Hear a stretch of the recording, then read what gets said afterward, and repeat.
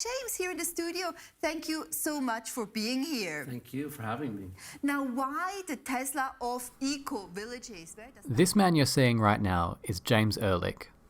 He's a self-made cooking show host, a genuine hippie, and he has a well-concealed past as a successful merchant of smutty full-motion video computer games.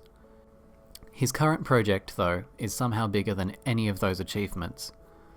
His startup ReGen Villages came into the public eye in mid-2016 when James secured a land deal in Almere in the Netherlands for the construction of a self-sufficient circular village of 25 homes. After reasonable delays by startup standards, ReGen started to build the Almere community in late 2019, which marked the first time the company had broken ground and begun to construct an eco-village in earnest.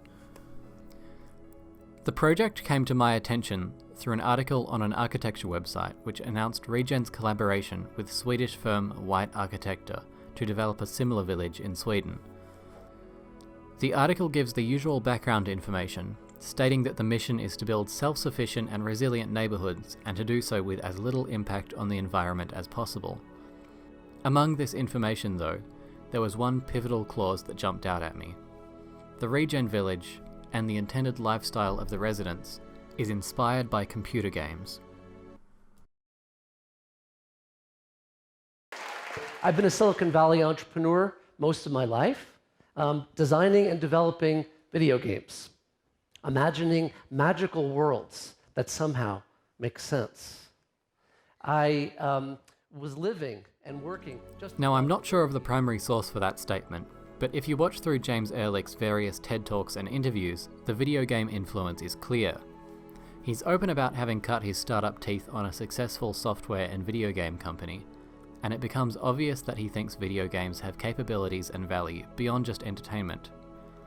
ReGen Villages, by all means, appears to be an effort to create a magical world that just makes sense. This begs the question, can we use modern technology and thought to truly shape our lives to be more like video games? I suppose the first question that has to be answered is why exactly you would want to.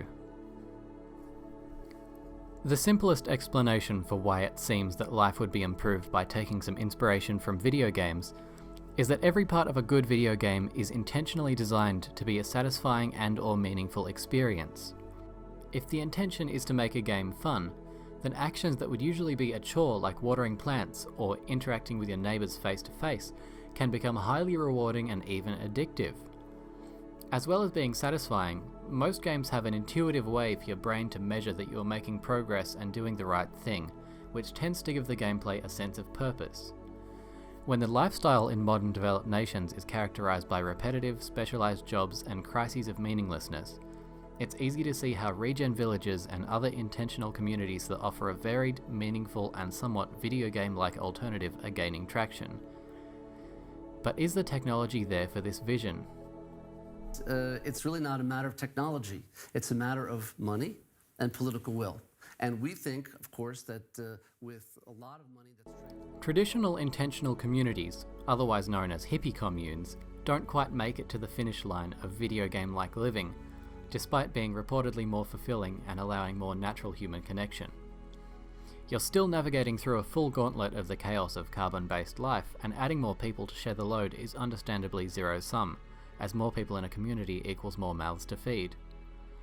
ReGen has a trick up its sleeve, though, that can help to realize this intentional lifestyle without all of the pitfalls and cost of human governance, and they call it the Village OS. ReGen Villages are intended to have all of the production, power, waste management and recycling technologies automated as much as possible by a proprietary operating system, which has the potential to take care of a large chunk of the village's less fulfilling and dirtier work. This puts the intention of a video game-inspired lifestyle into action by paring down the residents' responsibilities, ideally reducing them to only the work which would bring them satisfaction. This might be as close as we could get to living in the genre of life except more peaceful video games inhabited by the likes of Animal Crossing, Stardew Valley and Minecraft. Before I'm ready to sign up though, I believe there are a few important questions that are yet to be answered about James's master plan. Question 1. The flow of resources question. There's one point that James makes in interviews and in his TED Talks, but that he doesn't explain in much depth. The idea is that there will be an association fee to be paid by the residents of the village in order to reap the benefits of living in the community. You buy a house, you rent a house, and then basically what happens is you pay an association fee. And every week, a basket of delicious organic goodies are brought to your door that were grown right outside your door. Now, we're also designing a blockchain-enabled app that will let you and your family participate in the community as you like, and then your association fee will thus be reduced. He does throw around a lot of blockchain buzzwords when explaining this concept, which actually only complicates the matter further. It's unclear if the association fee is paid in fiat currency or in a cryptocurrency, and whether one can be exchanged for the other. James does say that doing work within the community would reduce the amount that one would have to pay, but it's not intimated that the association fee would ever be paid back or redistributed amongst the residents doing the work. So the question remains, who actually receives this association fee? Question number 2, the investment question. In a perfect world, James Ehrlich would be a fat little raccoon, and you'd pay him back for the eco-house he built you by selling bugs and homemade solar ovens.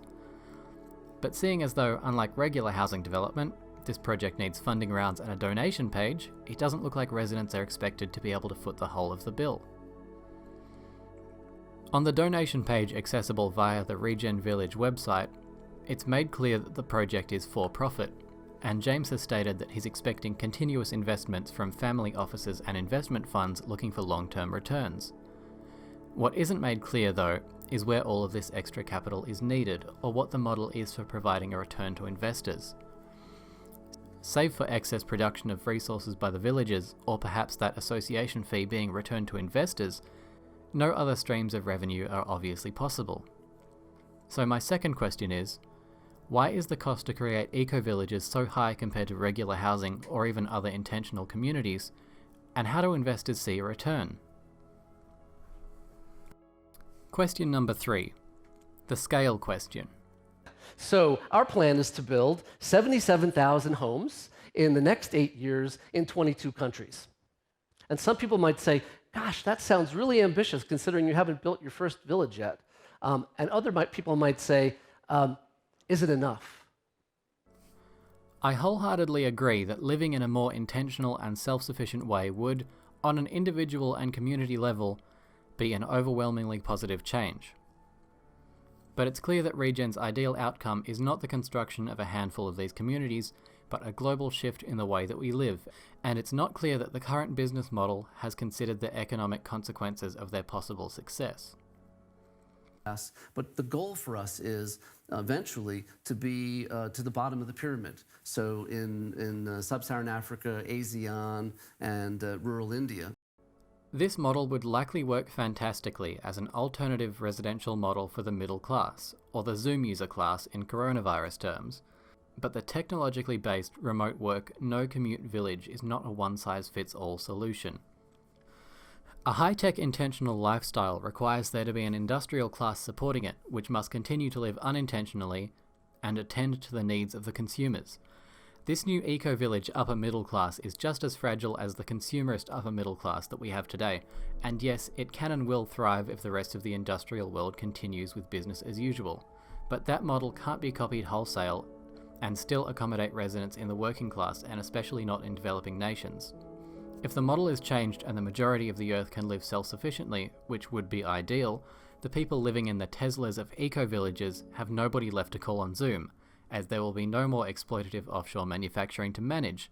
So as I see it, the reality of this model is that, with enough success, it will either create a new, dirtier breed of luxury apartments and stop at that, or it will take us back to a pre-industrial world. So my question is, how far are you willing to take it? Will a handful of the upper middle class be living in Animal Crossing, James, or will we all be playing Don't Starve? Because that game isn't even fun.